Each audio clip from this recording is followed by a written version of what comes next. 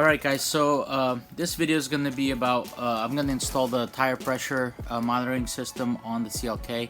The kit came with the chicane head unit. It's an add-on, that one of the things you could add on to your kit. And basically it comes with a TPMS receiver, which has a USB port. So you will have to install the two USB lines that come with the head unit.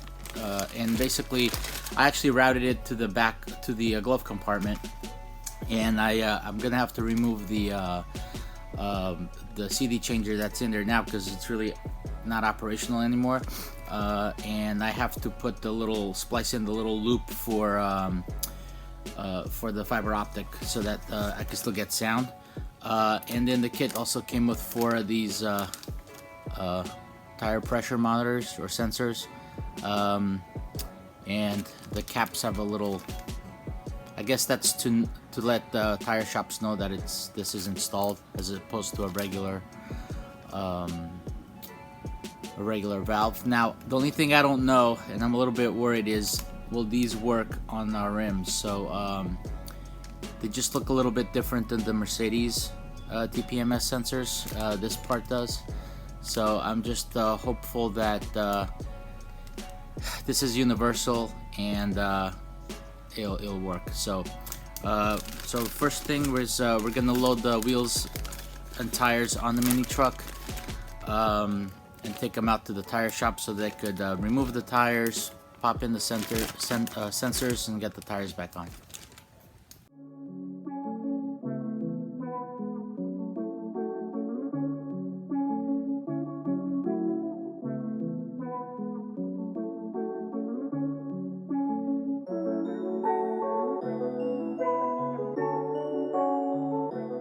Alright, got the wheels back. TPMS sensors are installed, so we're gonna get these bad boys on the car and hook up the control unit.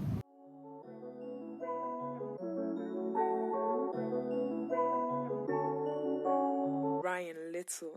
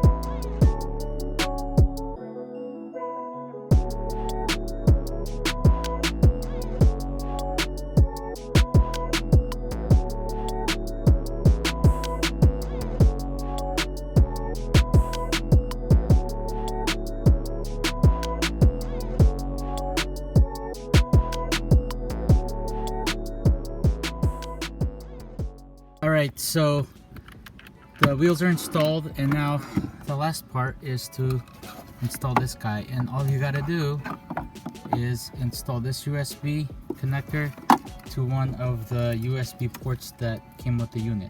I don't think it matters which one, so we're just gonna connect that up, start the car, go for a test drive, see what we get. Alright, so I got the TPMS sensor connected. Gonna start the car.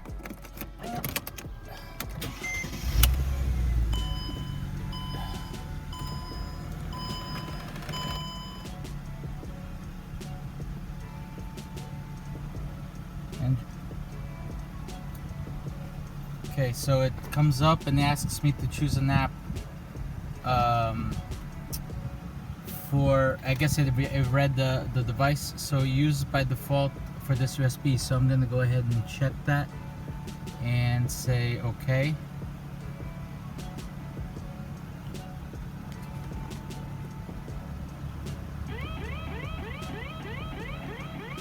Okay.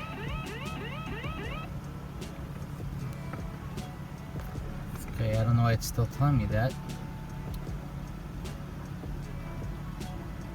Alright, so it gave me an alarm because it's reading 0 bar, and I guess these give you a temperature as well.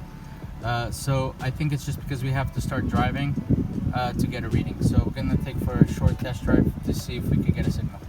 Alright guys, so after you drive a little bit, the DPMS sensors come on, and it doesn't actually take that long. It's actually, I think, faster than the OEM Mercedes units. But basically you go to apps and you have your car DPMS app.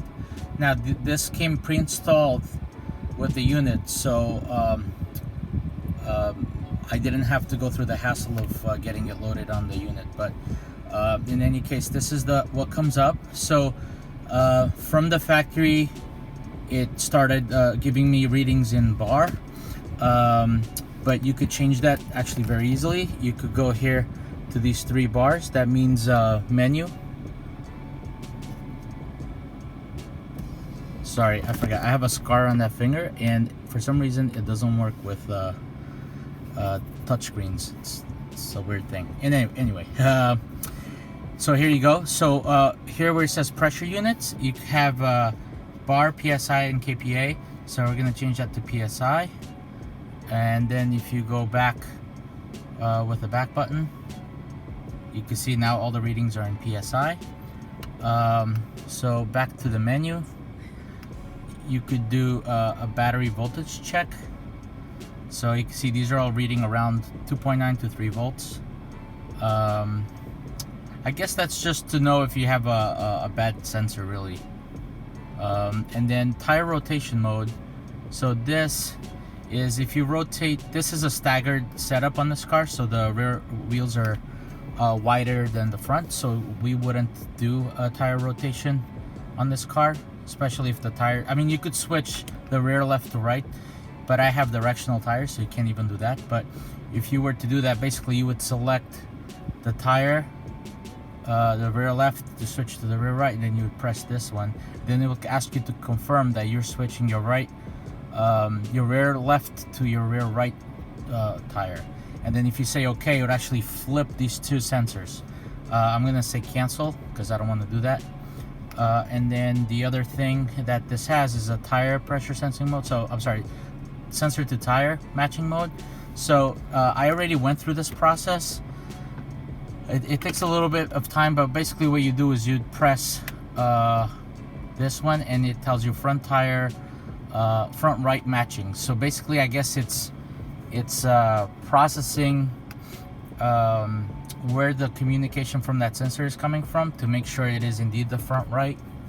And you can see it takes about, I think it said 115 seconds. So you figure a minute and about a minute and a half. So I'm probably gonna fast forward through this when I edit this video, but basically after this is done, it'll just give you a confirmation that it's the matching is done. I'm just gonna cancel it.